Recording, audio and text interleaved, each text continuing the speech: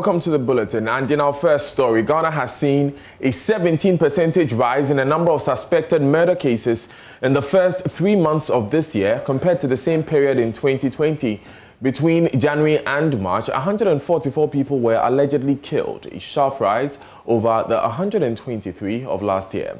Interior Minister Ambrose Derry, who shared the worrying statistics, assured that the government is committed to ensuring justice for all these persons, including those high-profile cases recorded in previous years, such as those who passed during the recent elections. He said the government is committed to investigating every criminal offense to its logical conclusion. Let's explore this further, and we will soon be joined by Ranking Member of the Defence and Interior Committee of Parliament, James Agalga. Mr. Agalga has joined us via phone. We've also been joined by Adib Sani, who is a security analyst. Let me begin with you, Mr. Agalga. Are you surprised that we are seeing this higher number of deaths in the first 3 months of the year?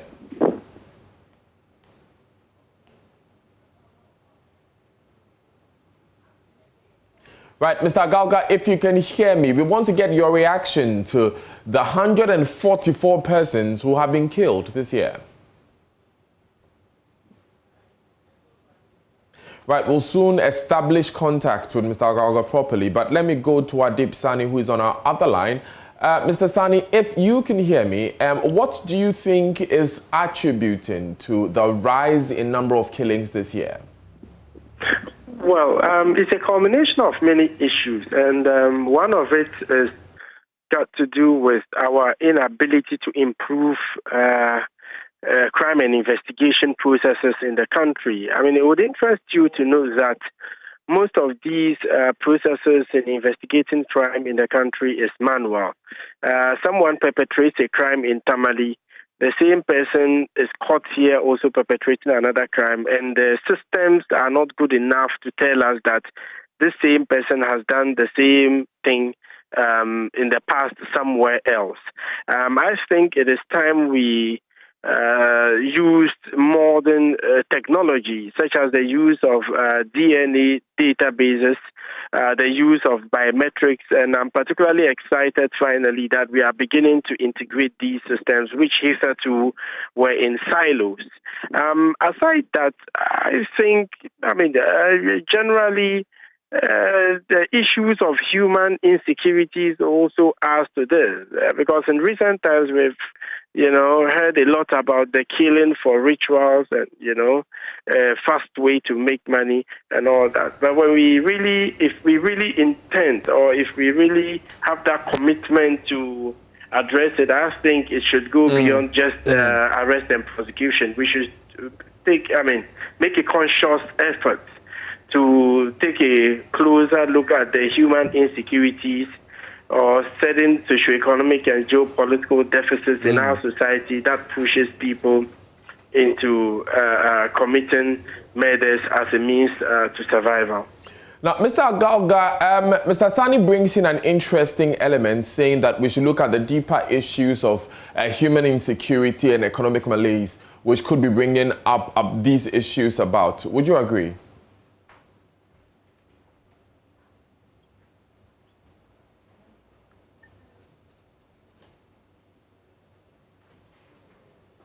Well, Mr. Agalga, are you with us? Right, unfortunately, we seem to have lost James Agalga, his ranking member of the Defence and Interior Committee of Parliament. Now, Mr. Sani, we've heard the Interior Minister, who has been expressing government commitments to coming to the bottom of these issues. My question is, considering the lapses you mentioned earlier in our investigative processes, are you confident that we can apprehend all these people behind the crimes? With the current regime, so far as crime and investigation is concerned, I think it will be difficult. That is why we don't seem to be able to make sense of a number of high-profile murder cases with us. I think capacity would have to be first and foremost built. In this part of the world we find ourselves, usually the first responders to crime scenes is the police.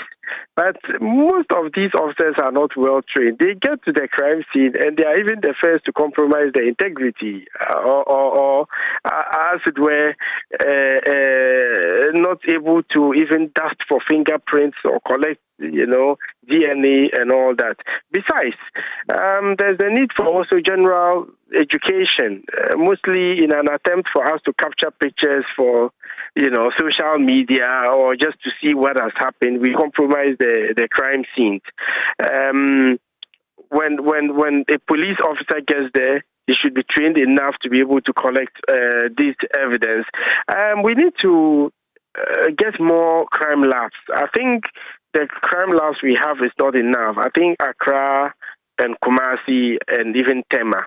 But if a crime is committed somewhere in the Upper East region, that means you would have to transport the evidence all the way to Kumasi. And we know some evidence expires, some can get contaminated in transit. So we need more crime labs.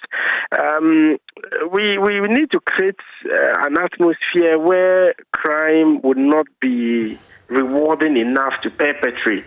And that is what we call situational crime prevention. Because there's always a tendency of people wanting to commit crime if they feel that the likelihood they will be left off the hook is high. Right. Thank you very much, Adeb Sani, for joining us this afternoon. Let's try and make it work with Mr. Agalga. Mr. Agalga, can you hear us? Right. James Agalga, are you on the line, sir? Right. Let us get a quick understanding of what the situation is currently. 144 persons were announced to have been killed earlier this year between the months of January and March. It's particularly worrying because this represents a 17% rise in the number of suspected murder cases compared to the same period in 2020. The year 2020 saw 123 people dying from suspected murder in the same period. Now, Ambrose Derry has been speaking on this matter. He has been assuring the public that government is committed to ensuring that these issues are dealt with in a swift manner. We'll try and get Mr. Agalga to give us his comment on that. But in the meantime, General Manager of City FM and City TV, Bernard Koku-Able, has described the latest National Security Minister's move to withdraw its officers involved in the alleged assault of Caleb Kuda, a journalist with his media organization, as inconclusive. This signals the media house's intends to push for more action.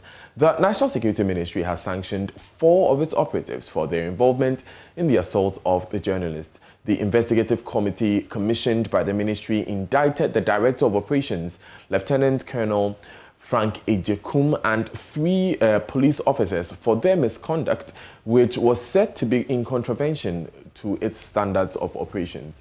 Now, speaking earlier on News Desk, security expert Professor Chris Yening said the National Security Ministry should have punished the officers and not referred them to their mother organizations.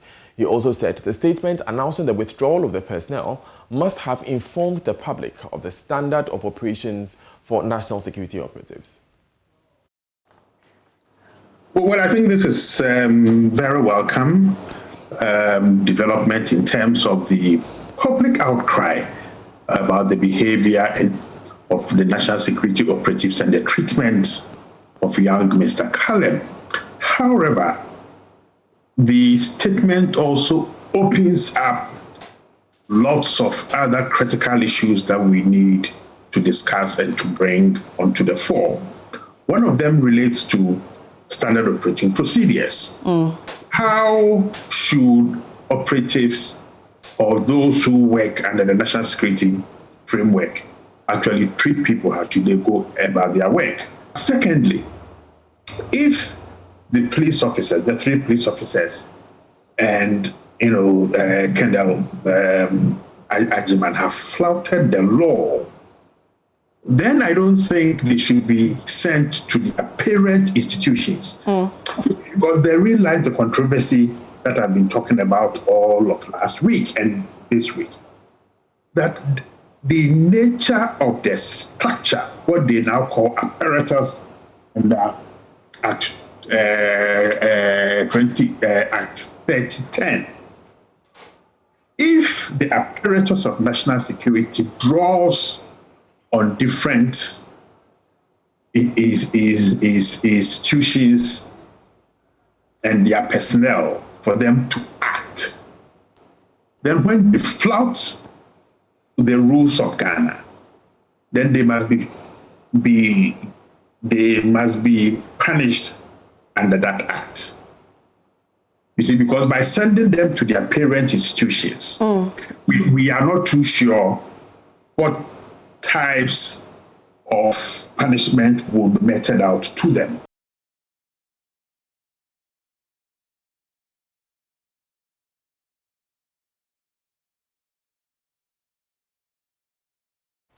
Now, legal practitioner Samson Ladi Ayenini said the statement by the National Security Minister is an admission that Caleb Kuda was assaulted. He, however, questioned the words used to describe the event.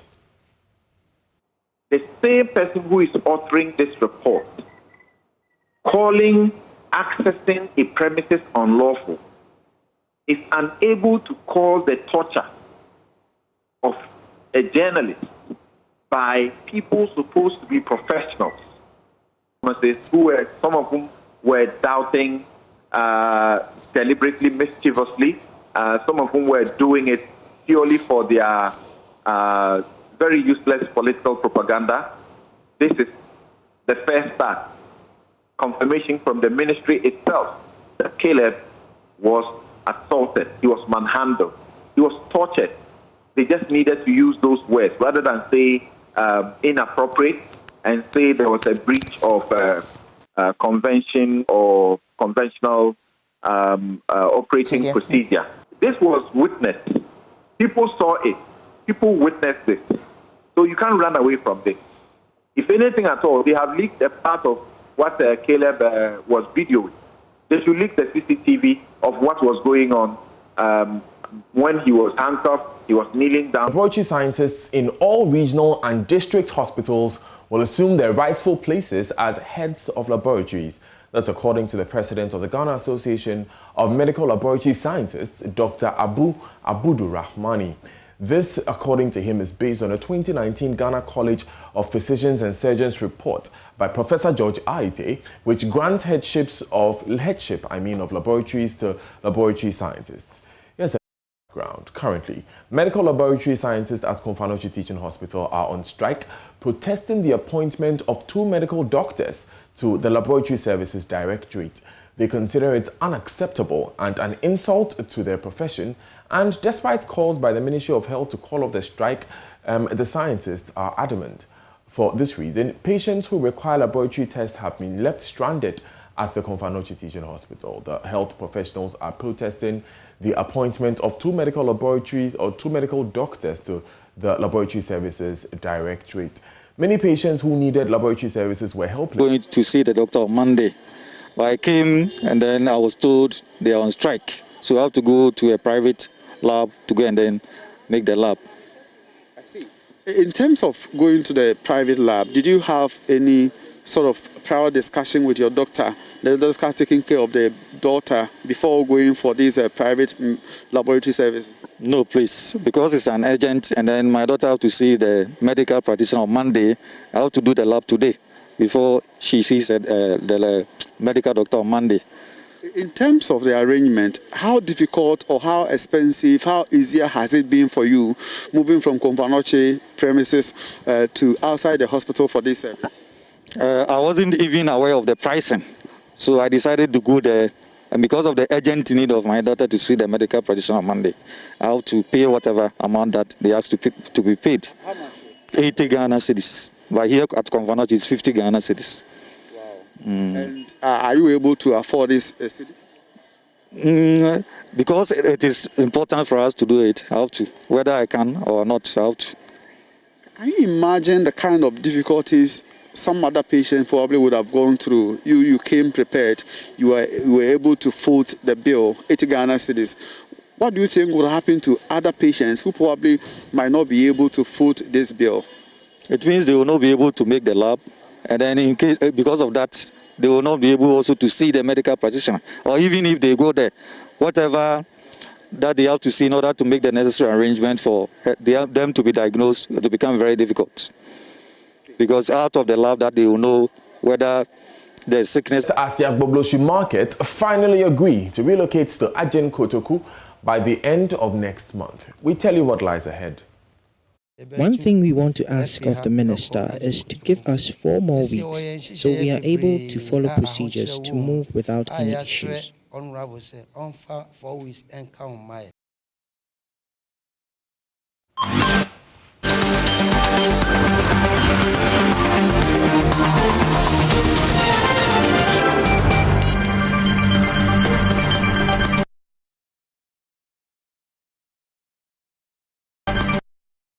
You're welcome back. And onion sellers at Agbogloshi have now agreed to move to Ajin Kotoku after 20 years of preparations.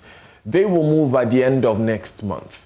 Judith Aochetano was there when the group made the pledge to the Greater Accra Regional Minister Henry Korte, and now reports. For years, successive governments have tried to relocate traders to the demarcated site without success. After 20 years of preparation, onion sellers at the Agbogloshi market have finally agreed to relocate to Ajay Kotoku land site.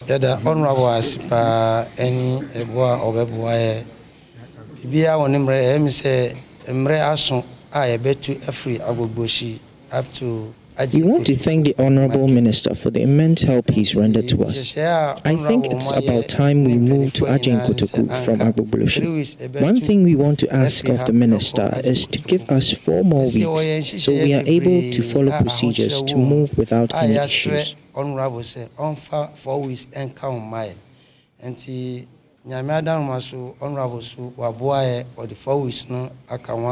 The Greater Accra Regional Minister Henry Korte, however, did not have it so easy. He, along with the Accra Mayor and other officials, had several deliberations with the onion sellers before reaching a consensus in the early hours of Wednesday. The RCC, in collaboration with the 2 assemblies, the Mother Assembly, the AMA, and of course the Ablekuma Central Assembly, have met with the onions, representatives of the onion sellers, more or less the leaders. And we've had almost about 2 to 3 hours discussion. Initially, we gave them 3 weeks to relocate to Ajin Kotoku. They asked for an extension. Finally, we have agreed on 7 weeks. However, we expect and believe same to be true that by the 1st of July, the land that they currently occupy will be vacant for us to take possession. Although some of the market space had been encroached by residents, it had properly demarcated stores and 2 huts where sellers could set up their goods. Even more interesting was the provision of basic infrastructure around the market square. Just a few kilometers away were the community police station, hospital, fire service unit and schools, which pleased the traders. Ali Umar spoke on behalf of the traders.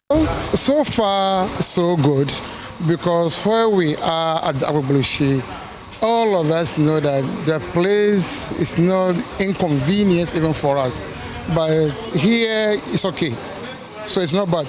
So what we are going to do now is when we went back to our people, we have to educate them. This is the discussion that we had with the regional minister. So that's what we are going to do when we went back. The traders, however, pleaded with the ministry to provide banking services in order for traders to secure their monies. We are trying for the MC and then the regional minister for them to able to engage the banks here with us in the markets, because where we are at the Agbogloshi, there's a lot of banks just very closer to us. But we can't just come here and sell and carry money into bag and take it home or something like that. If something happened with you by the road, and how you got to do? Our major problem here is insecurity. Because you know, as we work with money and because of the money issue, we are afraid of the insecurity that my brother just talked. You know, we carry money along. You know, like, so if the MC and the regional minister would do with the banks so that it will help us. The Greater Accra Regional Minister, Henry Quartey, as part of his efforts to decongest the Agbaboloshi market, has given all wholesale onion sellers situated there a 7-week ultimatum to relocate to the Ajay Kotoku market or will be forced off the Agbaboloshi market by police after the time elapses. Judith Awotretando, Joy News. Now, acute water shortage has hit Kabenya Line, a suburb of Kajiji in the Sene East district of the Bono East region, disrupting domestic, economic and social activities of inhabitants. The only borehole facility that provides water for the people has been without water for days, and the residents now have to trek several kilometers to neighboring communities for their water supply. And our service reports. Residents of Kabenya Line, a suburb of Kajiji in the Sene East district of the Bono East region, are appealing to authorities to assist them with a portable source of water. With the only borehole in the area currently without water for the past 5 days, residents say they have to trek for several minutes to neighboring communities to get water for their household chores. Miliandi Felicia is one of the residents here. And once I'm here, the pa my if you are 5 days, we are being faced with lots of challenges with regards to water. We sometimes go 5 days without water, and this one here is also not helping us, and so we need help.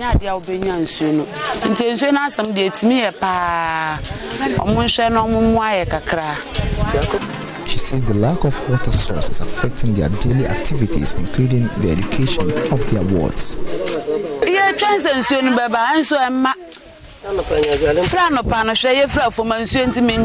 not taken our bath since morning because there is no water.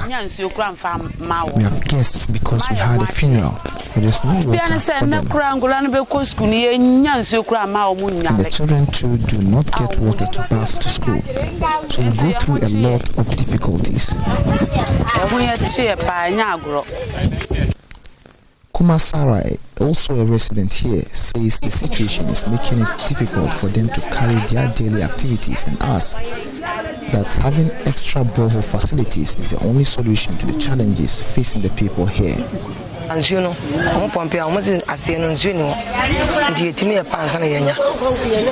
there is a problem, so the water is not flowing. So we call on authorities to at least support us with extra boreholes.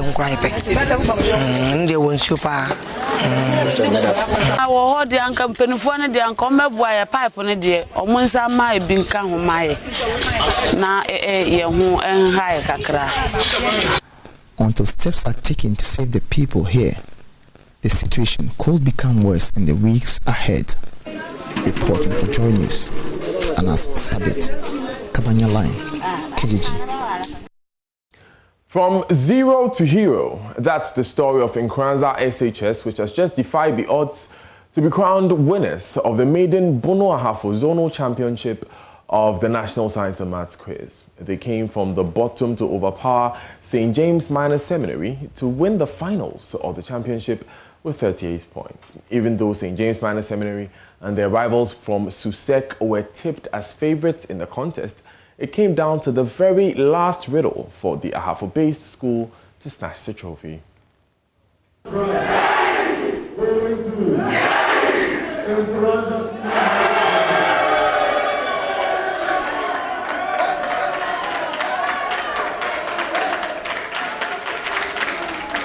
Nkranza Senior High Technical School has been crowned maiden champions of the National Science and Maths Quiz.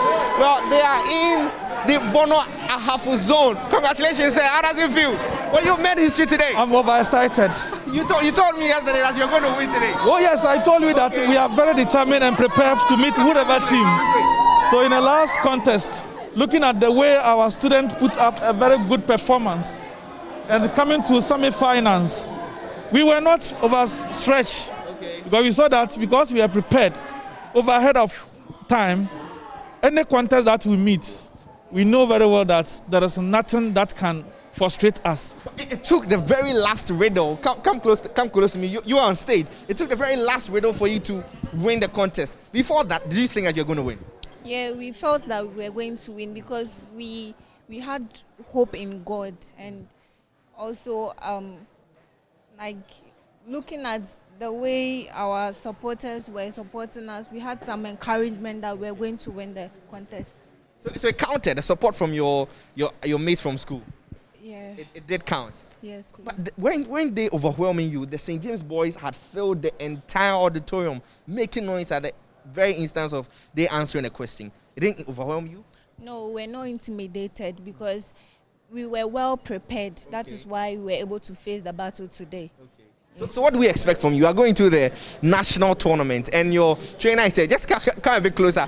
You spoke to me, I think 2 days ago, and then you were just transferred to the school, correct? Yes. You've been there for how long? It's been 3 years now. Okay. Yeah, so essentially, when these students were admitted, and you started with them, and you've made history. The first time the zonal tournament was organized, you have won it. You are the first school beating the big names, Susek and St. James. Yes, it feels very good. I have been telling them that they are not supposed to fear anything because we've been preparing. And anything I'm involved, it has to be a win. So I've been psyching and telling them that they have to just have faith and have the courage that everything is going to be on our side. So yes, it was just a win for us. So okay, you're going to slay everybody that you meet? Yes, of course. Okay, we wish you all the best. In Kranza Senior High School, winning the maiden edition of the Bono Ahafu Zonal Championship, the National Science and Maths Quiz. Very first time. And the guy, the talisman of the school, they call him Small Boy Danger. What's your real name? Come closer. What's your real name? Titus Obing. Titus Obing. So where did you get a Small Boy Danger from? Oh, it's not my name. It's not your name. So how do you feel? Tell me. You carried yourself and your partner, single-handedly carried the entire school on your shoulder to glory. How does it feel? It feels proud. Yeah. So what do we expect from you? I see you're a man of very few words. You don't talk much. What should we expect from you?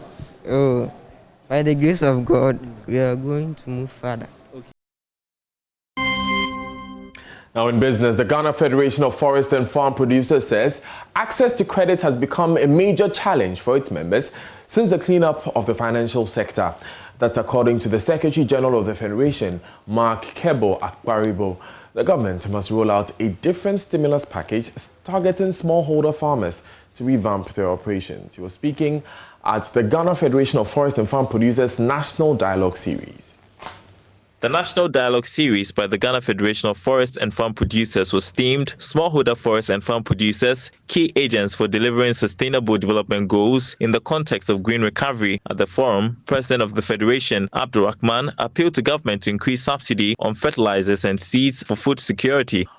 The COVID-19 has affected our activities, so much increasing cost of farm inputs, and if government do not support us, the food security situation in 2022 will not be good. For this reason, I want to make the following demand on behalf of GAFAP to government. We want government to increase subsidy on fertilizer and seed. Number two, we want government to support with mechanization services, including harvesters, combined harvesters. Also, Secretary General of the Federation, Makebo Akparibo, called on government to roll out a different stimulus package targeting smallholder farmers to revamp their operations. According to him, access to credit has become a major challenge for members since the cleanup of the financial sector. But one of the things we realized was that the conditions or the terms of the stimulus package was more skewed towards the trader level businesses rather than the production level businesses who are the forest farm producers at the base.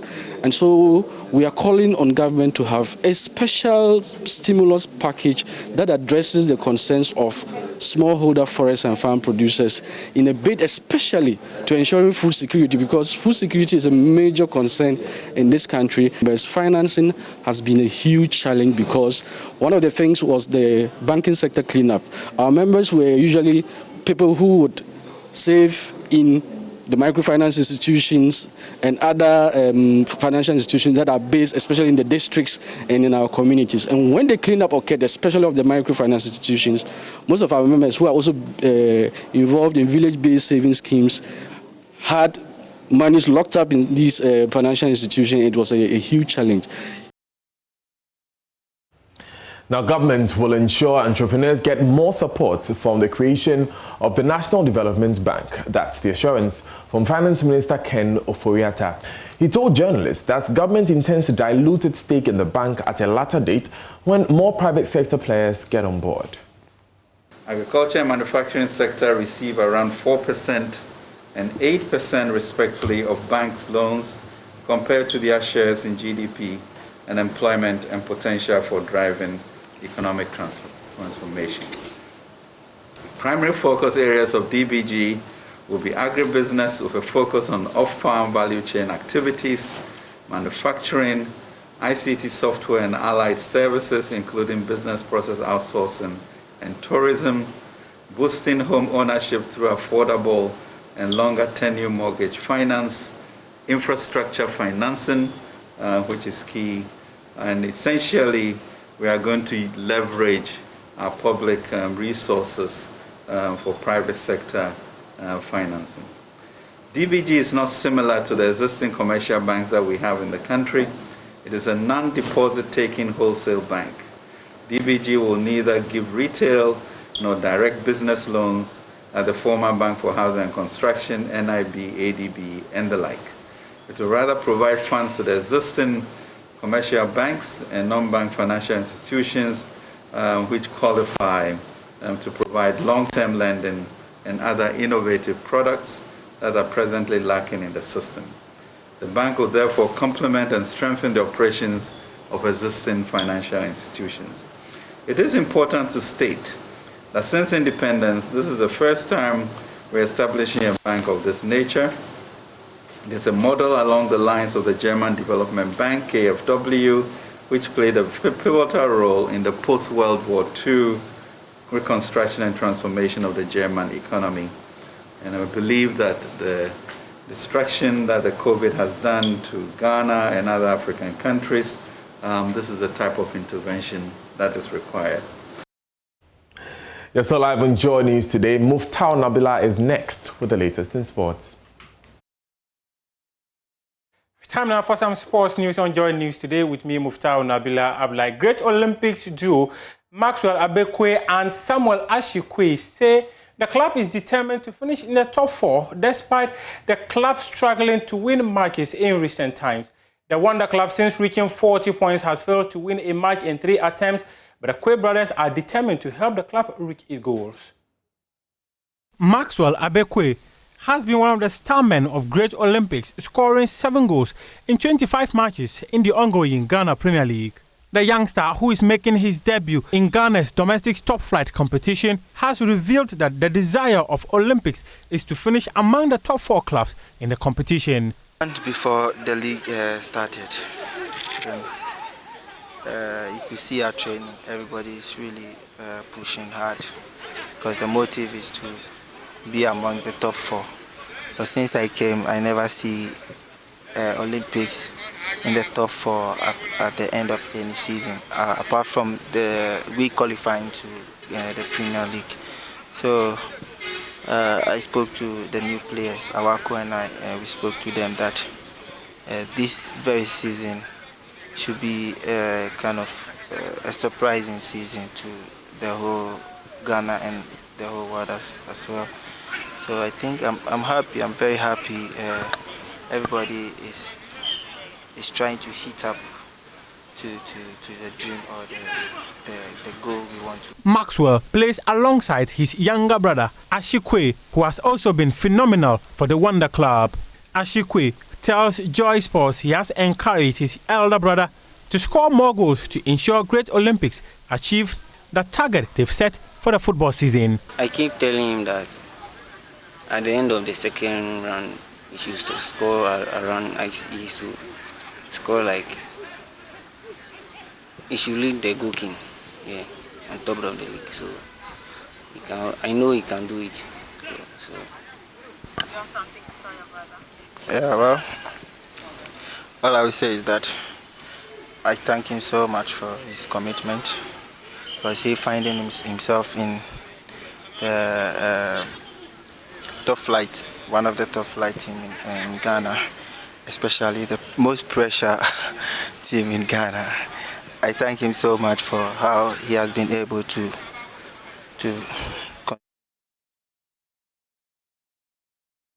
Now let's do something that has to do with the Olympic Games. The Minister of Youth and Sports, Mustafa Usif, says government is committed to supporting athletes win medals for the country in the upcoming Tokyo Olympic Games.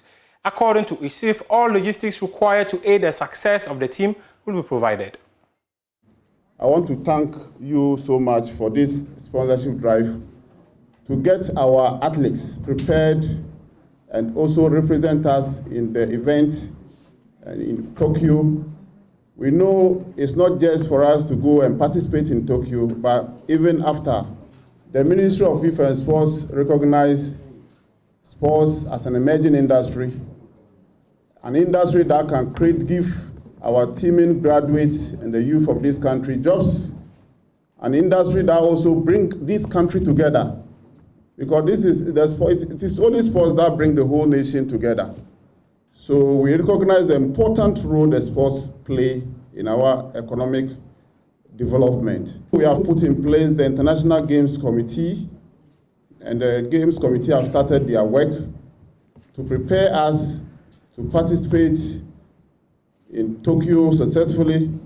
Whatever logistics that is needed, I can give you assurance that with the corporate institutions support, government is also prepared to support the sports industry, especially those of our brothers and sisters who are going to lift our flag high in Tokyo. Government will do everything possible to support them to be able to participate in the event successfully. And we know that with the kind of support that we are going to give them, and we know that with the kind of training that they've gone through, they will lift the flag of this country high. By bringing trophy home, the boxing team, I'm told, a very, very good boxing team. I've watched their clips, and I'm very, very confident that they are going to Tokyo to bring the trophy back home. Thanks very much for joining us today. I am Muftau Nabila. That has been your sport. Just head on to myjoyonline.com and read some more sports stories. The news continues, and coming up next, there's an interesting story about how Ghana's movie industry could develop better if there were more cinemas. That is what is coming up on Showbiz.